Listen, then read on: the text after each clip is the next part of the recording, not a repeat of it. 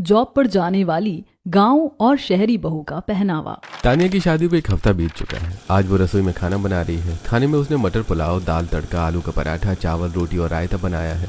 तानिया खाना बनाकर सभी को परोस देती है। सभी लोग खाना खाने लगते हैं। खाना खाते समय कोमल कहती है, क्या भाभी, आपकी शादी को पूरा एक हफ्ता बीत गया लेकिन फिर भी आपने अभी तक अच्छे से खाना बनाना नहीं सीखा। देखो ना, दाल में नमक कितना ज्यादा हो गया है। हाँ बहू, और तुमने रोटियां भी काफी कड़ी बनाई है। मैंने तुझे बताया था ना कि रोटियों के लिए आटा अच्छे से गूंथना और सब्जी में नमक मिर्च मसाले सब नाप कर डालना। जाने दो माँ, उसकी शादी को एक हफ्ता ही तो हुआ है। थोड़ा समय दो, धीरे धीरे सब सीख लेगी। रोहित की बात सुनकर सभी लोग चुपचाप खाना खाने लगते हैं। तो वहीं दूसरी तरफ सुरभि की शादी को भी एक हफ्ता हो गया था और वो भी अपने घर में दाल चावल, मूली के पराठे, मेथी आलू का साग, तड़के वाली दही और रोटियां बनाकर सभी को परोस देती है। सभी लोग खाना खाते हैं और कहते हैं, बहू, रोज की तरह आज भी तुमने बहुत ही स्वादिष्ट खाना बनाया है। हाँ, मुझे तो पिछले एक हफ्ते से लग रहा है कि मैं किसी 5 स्टार होटल में खाना खा रहा हूँ। भाभी, मुझे मेथी आलू का साग और दोना बहुत अच्छा लग रहा है। वैसे सुरभि, रात को मेरी पसंद का खाना बनाना, छोले भटूरे और तड़के वाली दाल। सभी लोग खाना खा लेते हैं। थोड़ी देर बाद पड़ोसन कमला रागिनी के घर आती है और कथा का निमंत्रण देते हुए कहती है, रागिनी बहन, आज शाम को मैंने कथा का आयोजन किया तो तुम अपनी बहू और बेटी को लेकर कथा में जरूर आना। तुम चिंता मत करो, मैं जरूर आऊंगी। वैसे बैठो, एक कप चाय पी लो। अरे नहीं नहीं रागिनी बहन, अभी मुझे तुम्हारी पड़ोसन जानवी बहन के घर भी निमंत्रण देने जाना है। अब कमला रागिनी के घर से निकलती है और जानवी के घर आ जाती है। वो जानवी को कथा का निमंत्रण देते हुए कहती है, जानवी बहन, भूलना मत, अपनी बहू और बेटी को लेकर कथा में जरूर आना। हाँ बहन, ये कोई भूलने की बात है, तुम चिंता मत करो, मैं समय पर पहुंच जाऊंगी। बातें करके कमला अपने घर चली जाती है। शाम को तानिया 1 पीस पहनकर कथा में जाने के लिए तैयार होती है और अपनी सास के पास आकर कहती है, चलिए माँ जी, मैं कथा में जाने के लिए तैयार हूँ। अरे बहू, तूने कथा में जाने के लिए कैसे कपड़े पहन रखे? कोई साड़ी पहन ले। माँ जी, मेरे पास तो साड़ी है ही नहीं, मैं तो ऐसे ही कपड़े पहनती हूँ। तो नीलम के कपड़े लेकर पहन ले। मैं इतनी दुबली हूँ, मेरे कपड़े भाभी को कैसे आएंगे? अच्छा ठीक है, तो फिर चलो ऐसे ही। रागिनी अपनी बहू और बेटी के साथ कथा में जाने के लिए निकल जाती है। तो वहीं दूसरी तरफ सुरभि साड़ी पहनकर, सिर ढककर तैयार होकर अपनी सास के पास आती है और कहती है, माँ जी, मैं तैयार हो गई हूँ, चलिए कथा में चलते हैं। भाभी, आप तो बहुत सुंदर लग रही हो। मेरी बहू तो है ही सुंदर। ठीक है बहू, चलो चलते हैं। जानवी भी अपनी बहू और बेटी के साथ कथा में जाने के लिए निकल जाती है। उधर रागिनी तानिया और नीलम को लेकर कथा में पहुंचती है। तभी शोभा रागिनी से कहती है, रागिनी बहन, सुना है तुम्हारी बहू मॉडर्न है और जॉब करती है, लेकिन कम से कम कथा में तो साड़ी पहनकर और सिर ढककर आना चाहिए था। ये कैसे कपड़े पहने तुम्हारी बहू ने? अरे चाची, जाने दो ना, मेरी भाभी मॉडर्न है, मॉडर्न कपड़े ही पहनेंगी। फिर कौन सा उन्हें कथा सुनानी है? हाँ हाँ, मॉडर्न बहू के नाम पर तुम लोग कुछ भी पहनो, भला पूजा में ऐसे कपड़े कौन पहनता है? तभी जानवी भी अपनी बहू और बेटी के साथ वहां पहुंच जाती है। शोभा जैसे ही जानवी की बहू सुरभि को देखती है तो वो रागिनी से कहती है, देख रही हो रागिनी बहन, जानवी बहन अपनी बहू के साथ आई है। उनकी बहू साड़ी में कितनी सुंदर लग रही है और देखो कितने अच्छे से सिर ढक रखा है। बहुत संस्कारी है उनकी बहू। गांव की है तो क्या हुआ, उसमें किसी चीज की कोई कमी नहीं है। ऐसा कहकर थोड़ी देर शोभा जानवी और उसकी बहू से भी बात करती है और वहां से चली जाती है। फिर रागिनी और जानवी दोनों कथा में जाकर बैठ जाती हैं। तब सुरभि तानिया से कहती है, आप ही तानिया है ना? मुझे कोमल ने आपके बारे में बताया था। हाँ, मैंने भी तुम्हारे बारे में सुना था। तुम किसी गांव से आई हो ना? वैसे तुम्हें देखकर लगता भी है कि तुम गांव से हो। सुरभि तानिया की बात पर मुस्कुरा देती है। कथा खत्म होने के बाद सभी लोग अपने अपने घर आ जाते हैं। अगले दिन सुबह उठकर तानिया टॉप और शॉर्ट स्कर्ट पहनकर तैयार होती है और अपना लैपटॉप लेकर अपनी सास के पास आती है और कहती है, माँ जी, मैंने नाश्ता बना दिया है, आज से मेरा ऑफिस है तो मैं जा रही हूँ। ऑफिस जाना ठीक है, लेकिन तूने कपड़े कितने छोटे पहन रखे हैं। माँ, आजकल की लड़कियां अपने ऑफिस में ऐसे ही कपड़े पहनती हैं। चलो तानिया, मैं तुम्हें तुम्हारे ऑफिस छोड़ता हूँ, अपने ऑफिस चला जाऊंगा फिर मैं। ऐसा कहकर रोहित तानिया को लेकर ऑफिस के लिए निकल जाता है। मोहल्ले की औरतें तानिया को इस तरह छोटे कपड़े पहनकर ऑफिस जाते हुए देखकर आपस में बातें करती हैं। हाय दैया, शोभा बहन, देखो तो जरा रागिनी बहन की बहू को, कितने छोटे छोटे कपड़े पहनकर ऑफिस जा रही है। हाँ बहन, उस दिन कथा में भी ऐसे ही आई थी। मुझे तो बड़ी ही बेशर्म लगती है ये। कम से कम रागिनी बहन को तो इसे ऐसे कपड़े पहनने से रोकना चाहिए।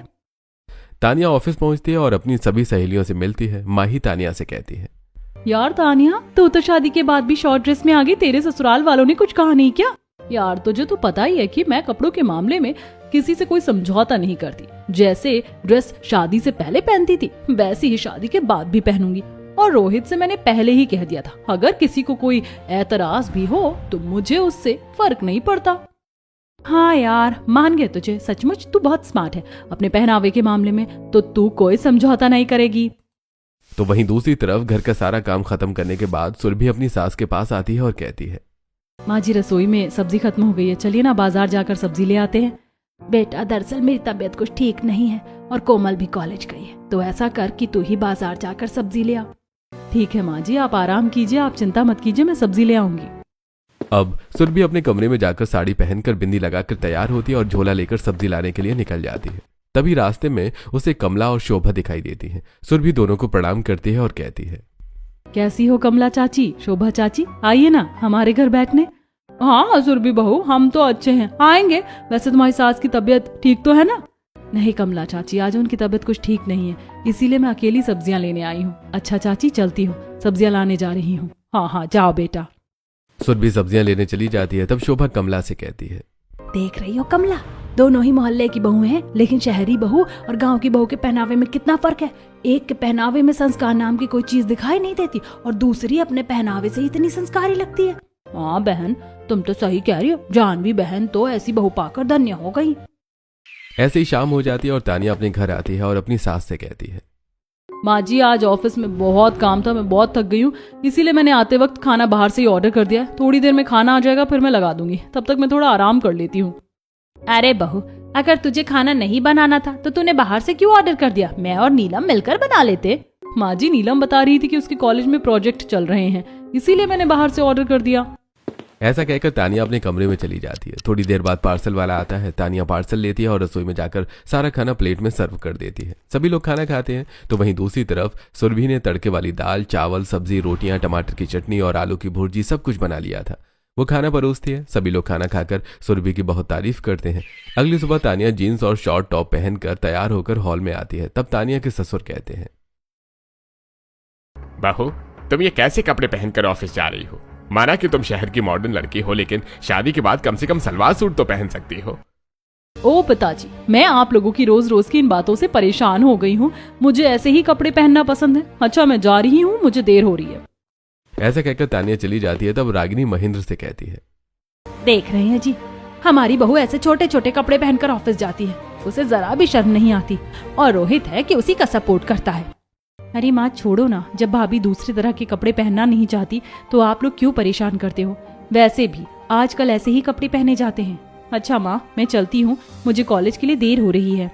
ऐसा कहकर नीलम भी कॉलेज के लिए निकल जाती है। तो वहीं दूसरी तरफ रितेश का दोस्त कमल अपनी पत्नी रीना के साथ सुरभि से मिलने उनके घर आता है। सुरभि सभी लोगों के लिए चाय और नाश्ता लगाती है, फिर बैठकर उनसे बातें करती है। थोड़ी देर बाद बात करने के बाद रीना सुरभि से कहती है, सुरभि भाभी, पिछली काफी देर से मैं आपको नोटिस कर रही हूँ, आपकी हिंदी कितनी शानदार है, आप कितनी अच्छी हिंदी बोलती हैं। वैसे आपकी एजुकेशन क्या है?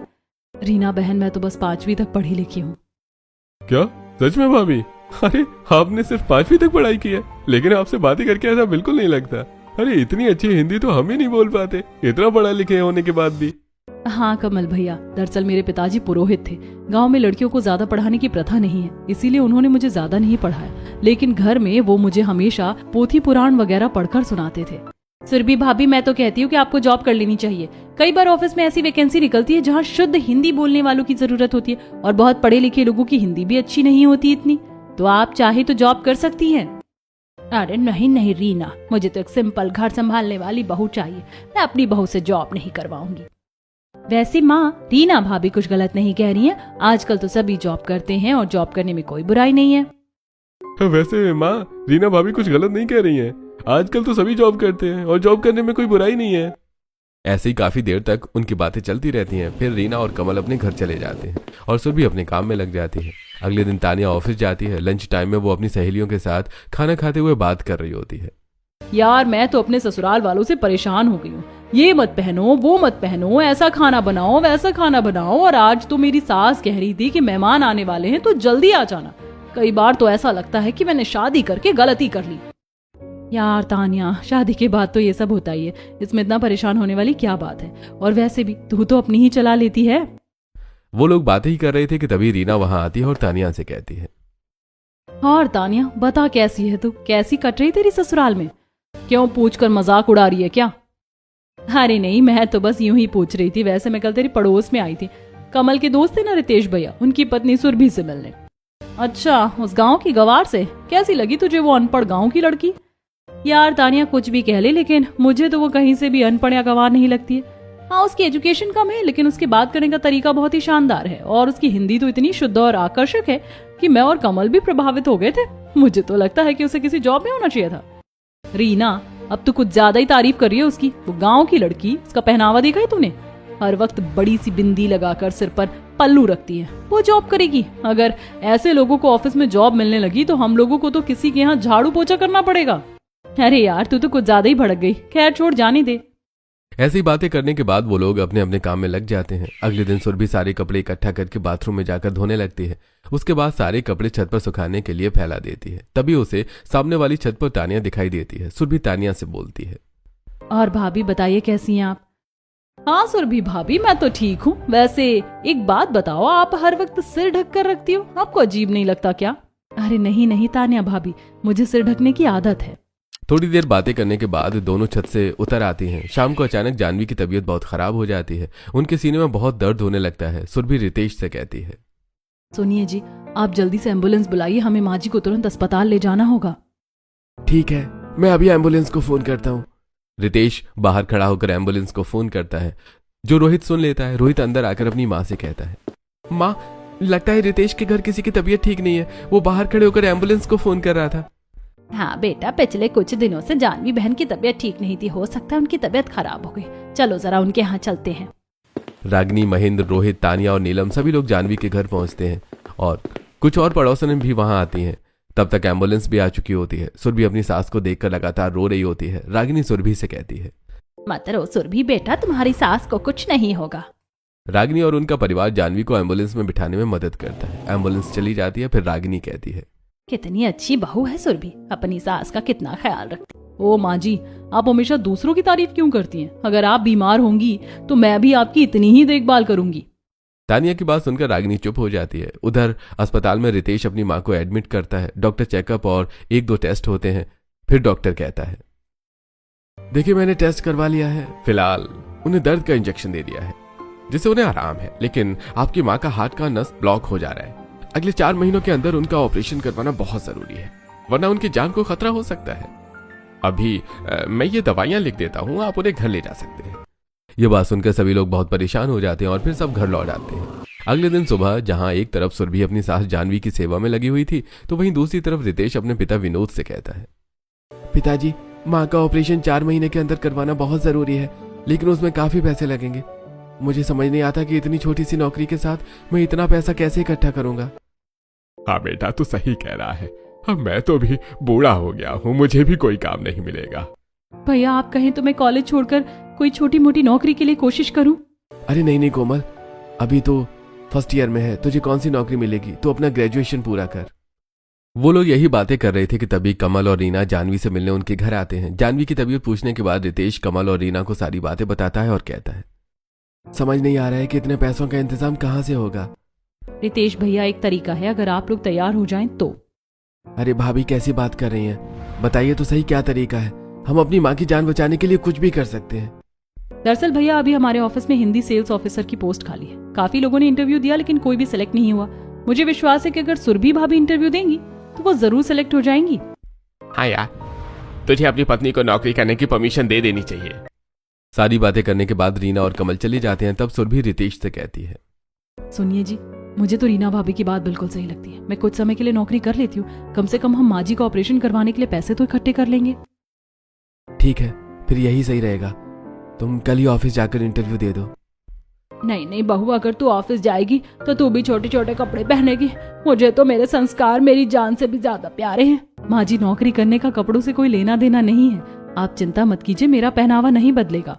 सुरभि की बात सुनकर जानवी को थोड़ा सुकून मिलता है। अगले दिन सुरभि साड़ी पहनकर, माथे पर बिंदी लगाकर और सिर पर पल्ला लेकर तैयार होती है। फिर वो अपनी सास के पास आती है। माँ जी, मैं ऑफिस इंटरव्यू के लिए जा रही हूँ। मैंने आपके पलंग के पास पानी और खाना रख दिया है, समय पर खा लीजिएगा और दवाइयाँ भी ले लीजिएगा। मैं शाम तक वापस आ जाऊंगी। माँ जी, आशीर्वाद दीजिए। जीती रहो बेटा। अब रितेश सुरभि को लेकर निकल जाता है और फिर सुरभि को ऑफिस के बाहर छोड़ देता है और कहता है, सुरभि अब मैं ऑफिस जा रहा हूँ, तुम ऑटो लेकर घर चली जाना। ठीक है जी, मैं चली जाऊंगी, आप चिंता मत कीजिए। सुरभि ऑफिस के अंदर जाती है। लंच टाइम चल रहा होता है। तानिया अपनी सहेलियों के साथ शॉर्ट वन पीस पहनकर ऑफिस की बालकनी में खड़ी होती है।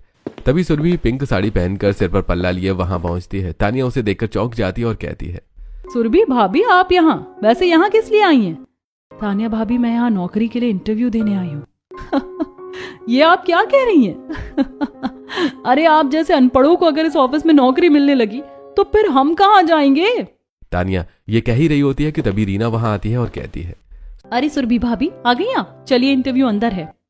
सुरभि रीना के साथ अंदर चली जाती है। तब तानिया की सहेलियां मजाक उड़ाते हुए कहती हैं, यार ये गांव की गंवार तेरी पड़ोसन है और ये ऑफिस में क्या कर रही है? इसके कपड़े देखकर तो लगता है कि झाड़ू पोछा की नौकरी के लिए आई है। वैसे भी वो इसी नौकरी के काबिल है, देखते हैं उसे नौकरी भी मिलती है या नहीं। थोड़ी देर बाद सुरभि रीना के साथ बाहर निकलती है और वहां से चली जाती है। तब तानिया रीना से कहती है, क्या हुआ रीना, मिल गई तुम्हारी सुरभि भाभी को झाड़ू पोछे की नौकरी? तानिया तुम जरूरत से ज्यादा बोलती हो। तुम्हें पता है जो हिंदी सेल्स ऑफिसर की वैकेंसी थी हमारे ऑफिस में, जिसके लिए तुम भी कोशिश कर रही थी, वो नौकरी अच्छी हिंदी होने की वजह से सुरभि भाभी को मिल गई है और कल से वो हमारा ऑफिस ज्वाइन कर रही हैं। ये सुनकर तानिया और उसकी सहेलियों के होश उड़ जाते हैं। तो वहीं दूसरी तरफ सुरभि घर पहुंचती है और सभी लोगों को अपनी जॉब के सिलेक्शन के बारे में बताती है। सभी बहुत खुश होते हैं। रितेश मिठाई का डिब्बा खोलते हुए कहता है, माँ मुझे तो पहले ही पता था कि सुरभि को ये जॉब जरूर मिल जाएगी, इसलिए मैं मिठाई का डिब्बा साथ लेकर आया हूँ। लीजिए मुंह मीठा कीजिए। ऐसा कहते हुए रितेश सभी का मुंह मीठा करवाता है। तब जानवी कोमल से कहती है, कोमल बेटा जरा सुरभि के साथ रागिनी बहन के घर चली जा और उन सबको भी मिठाई दे आ। अब कोमल सुरभि के साथ रागिनी के घर जाती है। सुरभि सभी को अपनी जॉब के सिलेक्शन के बारे में बताती है और सबका मुंह मीठा कराती है। रागिनी कहती है, अरे बहू ये तो बहुत अच्छी बात है, अब तुम भी नौकरी करोगी और अपनी सास का इलाज करवा पाओगी। तुम्हारी जैसी बहू तो सचमुच किस्मत वालों को ही मिलती है। यह सुनकर तानिया पूरी तरह जल जाती है। थोड़ी देर बातें करने के बाद सुरभि और कोमल अपने घर चले जाते हैं। अगले दिन सुबह रागिनी अपनी बालकनी में बैठी धूप सेक रही थी। तभी वो देखती है कि सुरभि साड़ी पहनकर सिर पर पल्लू लेकर रितेश के साथ ऑफिस जाने के लिए निकल रही है। फिर वो बालकनी से हॉल में आती है, जो देखती है कि तानिया भी short fish cut one piece पहनकर लैपटॉप लेकर ऑफिस जाने के लिए खड़ी रोहित का इंतजार कर रही है।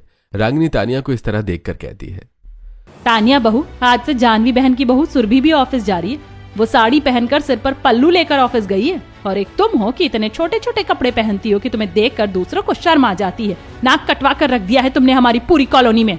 माँ जी उस गाँव की गंवार के ऑफिस जाने से मेरा कोई मुकाबला नहीं हो सकता। हम दोनों में बहुत फर्क है। वो कभी भी मेरी बराबरी नहीं कर सकती और रही बात ऑफिस की, तो 4 दिन में ऑफिस वाले उसे धक्का देकर बाहर निकाल देंगे, आप देख लेना। तानिया ऐसे कह ही रही थी कि तभी रोहित आ जाता है और तानिया रोहित के साथ ऑफिस के लिए निकल जाती है। वहीं मोहल्ले की ढेर सारी पड़ोसनें खड़ी होती हैं और बातें करती हैं। देख रही हो बहनों, हमारी कॉलोनी की दोनों बहुओं में कितना फर्क है। एक ऑफिस भी अपने संस्कारों में रहकर जा रही हो और दूसरी को संस्कारों की कोई परवाह नहीं। हाँ बहन कलयुग है, अब किसी को क्या कह सकते हैं। वैसे ये सब छोड़ो, चलो हम जानवी बहन से मिलते हैं। सुना है उनकी तबीयत काफी खराब है और उनकी बहू ने उनका ऑपरेशन करवाने के लिए ही ऑफिस जाना शुरू किया है। सभी औरतें मिलकर जानवी के पास पहुंचती हैं, उसकी तबीयत पूछती हैं और उससे बातें करती हैं। फिर कमला जानवी से कहती है, जानवी बहन तुम बड़ी खुश नसीब हो कि तुम्हें इतनी संस्कारी बहू मिली है। अरे आज ऑफिस जाते समय भी उसके सिर से पल्लू नहीं हटा।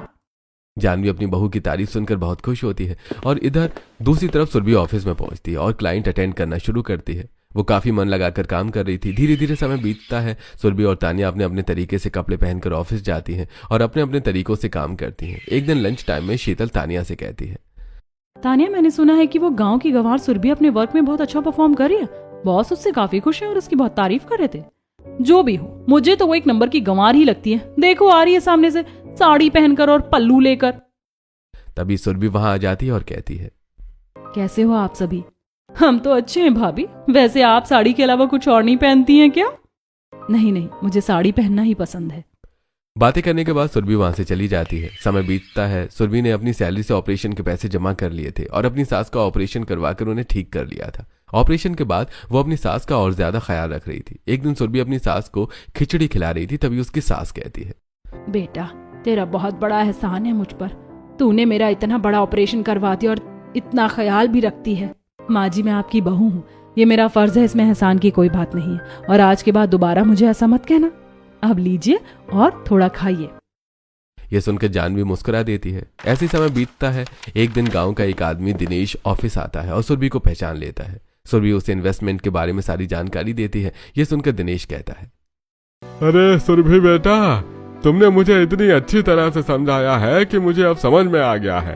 तुम्हें तो पता है मुझे अपने ढेर सारे खेत बेचकर पैसे जमा करने हैं, तो क्यों ना मैं वो पैसे तुम्हारे ही ऑफिस में इन्वेस्ट कर दूं।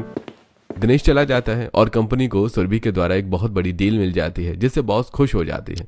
कुछ दिन बाद बॉस सुरभि और तानिया दोनों को केबिन में बुलाते हैं और कहते हैं, हर साल की तरह इस साल भी हमारे ऑफिस में अवार्ड फंक्शन रखा जा रहा है और बेस्ट परफॉर्मेंस अवार्ड भी दिया जाएगा। तुम लोग भी अपने अपने परिवार के साथ वहां जरूर आना। सुरभि और तानिया दोनों हाँ कह देती हैं। शाम को तानिया घर आकर अवार्ड फंक्शन के बारे में बताती है। यह सुनकर रागिनी कहती है, बहू ये तो बहुत खुशी की बात है। माँ जी आप देखना, उस फंक्शन में बेस्ट परफॉर्मेंस का अवार्ड मुझे ही मिलेगा। हाँ भाभी ये तो बहुत अच्छी बात है। हम आज ही मार्केट चलते हैं ताकि आपके अवार्ड फंक्शन के लिए सुंदर सी ड्रेस खरीद सके। दूसरी तरफ सुरभि भी अपने परिवार को अवार्ड फंक्शन के बारे में बताती है और कहती है, माँ जी मुझे तो पूरा विश्वास है कि इस अवार्ड फंक्शन की विजेता तानिया भाभी ही होंगी और मुझे इस बात की बहुत खुशी है। बहू मेरी तरफ से तो तुझे अवार्ड बहुत पहले ही मिल चुका है। तूने इतनी मेहनत करके मेरा ऑपरेशन जो करवा दिया है। भाभी चलिए हम आपके अवार्ड फंक्शन के लिए एक सुंदर सी ड्रेस खरीद लेते हैं। सुरभि कोमल के साथ मॉल जाती है। वहां एक सुंदर साड़ी देखकर कहती है, ये साड़ी बहुत सुंदर है, इसे ले लेते हैं। सुरभि साड़ी खरीद लेती है। तभी सामने वाली काउंटर पर तानिया रेड कलर का fish cut off shoulder gown देख रही होती है। सुरभि तानिया के पास आती है और कहती है, अरे भाभी आपकी अवार्ड फंक्शन की तैयारी हो गई? हाँ देखा मैंने कितना सुंदर ड्रेस खरीदा है। वैसे तुमने भी ले लिया ना ड्रेस? तुमने तो जरूर कोई देहाती सी साड़ी ली होगी। सुरभि मुस्कुरा देती है। दोनों अपने घर आ जाती हैं। अगले दिन अवार्ड फंक्शन होता है। दोनों तैयार होकर अवार्ड फंक्शन में पहुंचती हैं। जहां सुरभि ने एक सिंपल सी साड़ी पहनकर सिर ढका था, तो वहीं तानिया ने एक off shoulder fish cut dress पहनी थी। दोनों अपने परिवारों के साथ फंक्शन में बैठ जाती हैं। तभी विशाल अनाउंस करते हुए कहता है, लेडीज एंड जेंटलमैन, आप सभी को इस अवार्ड फंक्शन के विजेता का नाम का इंतजार है, जिसने अपने काम से सभी का दिल जीता है और सबसे अच्छा बिजनेस किया है। उसका नाम है सुरभि। प्लीज सुरभि जी स्टेज पर आइए। ये सुनकर तानिया का चेहरा उतर जाता है और सुरभि स्टेज पर जाती है। सुरभि को स्टेज पर अवार्ड मिलता है और फिर अनाउंसर सुरभि से कहता है, सुरभि जी आप इतनी सिंपल हैं, फिर भी आपने इतना बड़ा अवार्ड जीता है। मैं चाहता हूं कि आप 2 शब्द कहें। अब सुरभि माइक लेती है और बोलना शुरू करती है। लोगों को लगता है कि सिंपल कपड़े पहनने वाले और संस्कारों में रहने वाले जीवन में कुछ अच्छा नहीं कर सकते, लेकिन ऐसा नहीं है। हमारा पहनावा हमारे कर्मों की पहचान नहीं हो सकता। मुझे अपने संस्कारों पर गर्व है। सभी लोग तालियां बजाते हैं। सुरभि की बात सुनकर तानिया को भी अपनी गलती का एहसास हो जाता है कि वो कितनी गलत थी। अगले दिन तानिया साड़ी पहनकर और बिंदी लगाकर तैयार होकर हॉल में आती है। सभी लोग तानिया को देखकर हैरान रह जाते हैं। तब वो कहती है, माँ जी मुझे माफ कर दीजिए। मैं समझ गई हूँ कि संस्कार हमारी धरोहर है और उन्हें छोड़कर हम जीवन में सच्ची खुशी हासिल नहीं कर सकते। सभी लोग उसकी बात सुनकर खुश हो जाते हैं। तानिया की सास तानिया से कहती है, बहू मुझे बहुत खुशी है कि तुझे संस्कारों का मतलब समझ में आ गया। मुझे तुझ पर गर्व है बहू। और इस तरह तानिया पूरी तरह बदल जाती है।